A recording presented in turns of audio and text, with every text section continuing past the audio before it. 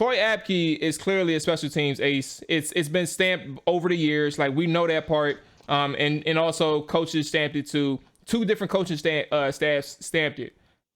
But to what degree do you weigh the fact that he's going to end up being an emergency player that has to step on the field defensively?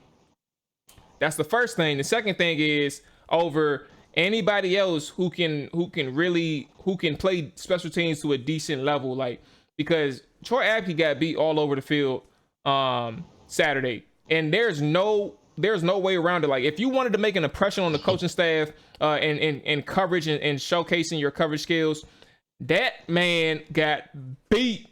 Like, it was terrible. Actually, okay, Rep. So he made a hot take. Look, I'm gonna wait till Dre gets this one, because that's a good one. I'm gonna speak on Patterson after this. So yeah, Dre, where are you at with the safety and cornerback situation, and then on top of that, how Troy Apke played?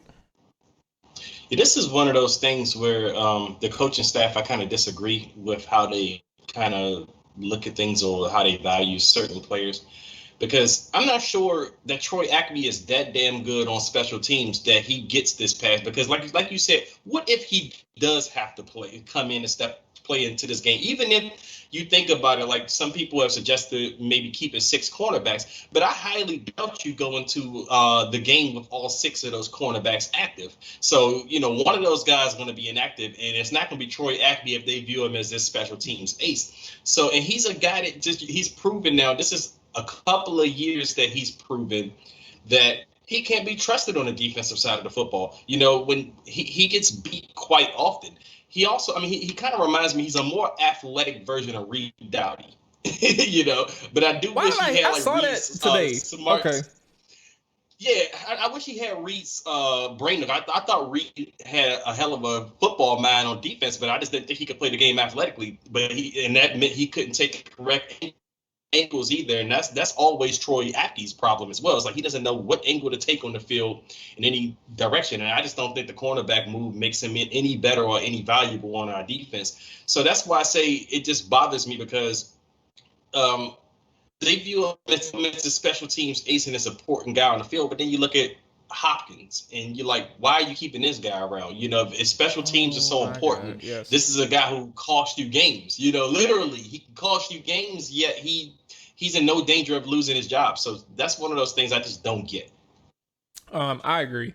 I don't get it. We talk about this competition thing with all across the board, and Rivera preached it throughout the offseason. He even preached it at the most important position, and that was quarterback. And yet, you didn't bring in anybody for the kicker. And you got all these excuses ready for the kicker, and you think that's okay. Now, I think there's room to criticize Rivera in certain instances. Like, you don't have to be an asshole about it. Like, you don't have to do none of that. But at the same time, when you talk about certain situations and certain decisions, he knew about Hopkins before he got here. Regardless to what detail he knew about Hopkins, he knew that he wasn't perfect. He wasn't even the upper echelon of kickers in terms of field goal accuracy and field goal percentage. He can kick the ball on kickoffs, but that was it. So I just don't get it. And I think he mentioned he was as comfortable as he can be with Hopkins right now. And I felt like that was a throwaway line in the sense that he's tired of talking about it. But at the same time, here's where I think that gets him in trouble. You saying something like that ends up putting yourself on a hill that you didn't have to die on. And you're going to get yourself in a situation where this team is going to need Dustin Hopkins to make a field goal that we didn't know that was important at the moment. For example, Washington is down, or matter of fact, yeah, they're down 7-0. They need a field goal to get themselves back into the game because they're struggling offensively. They finally get themselves in field goal range, kick the field goal. They end up losing. Eventually, at the end of the game, they end up losing by 2 points or less. And now you wonder why. You wonder where the extra points could have came from. And it's that one missed field goal that you kind of realize, damn, I wish Hopkins made that. Another one is if he missed 2 field goals in another random game, and you just flat out lose a game because those 2 field goals ended up playing a major factor in the points that you could have scored or used to win the game.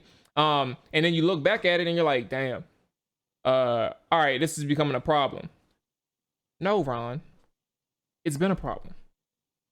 It's been a problem, and you waited until you lost games because of Hopkins to say, all right, now we got to make some decisions. Don't put that pressure on yourself. But he chose to do it.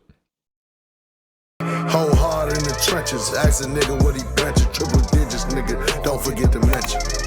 Whole hard in the trenches, ask a nigga.